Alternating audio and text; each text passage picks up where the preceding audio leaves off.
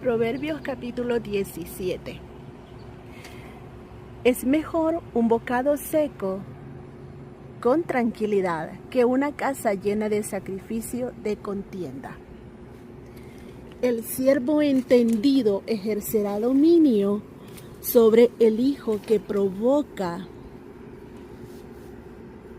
deshonra, y entre los hermanos repartirá la herencia.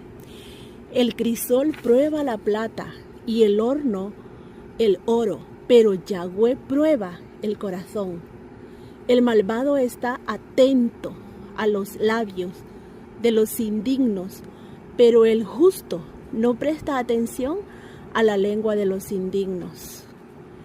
El que se burla del necesitado provoca a ira a su creador, y el que se goza de la ruina no será perdonado. Corona de los ancianos son los hijos de los hijos, y la honra de los hijos son sus padres. No conviene al insensato los labios veraces, cuanto menos al justo los labios mentirosos. Bella es la piedra preciosa a los ojos de su dueño, y a donde quiera que se vuelve es reconocida. El que cubre el agravio procura la amistad, pero el que detesta cubrirlo aparta al amigo y morador. La reprensión quebranta el corazón del sabio, pero el insensato recibe azotes en lugar de reprensión. Y sin embargo no entiende.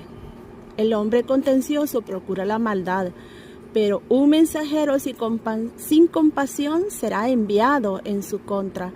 El hombre sabio se dedica a la meditación y a la reverencia, pero el insensato a su insensatez. El que paga mal por bien, el mal no se apartará de su casa. El que derrama sangre provoca juicio delante del gobernante. El que justifica al inicuo y declara culpable al justo es abominable ante Yahweh. ¿De qué le aprovechan las posesiones a un insensato si no tiene sensatez para adquirir sabiduría? El amigo ama en todo tiempo, y el hermano nace para el tiempo de la angustia. Dios te bendiga. Lo más precioso es poder leer su palabra, meditarla, reflexionar sobre ella, porque es esa miel que necesitamos para cada día.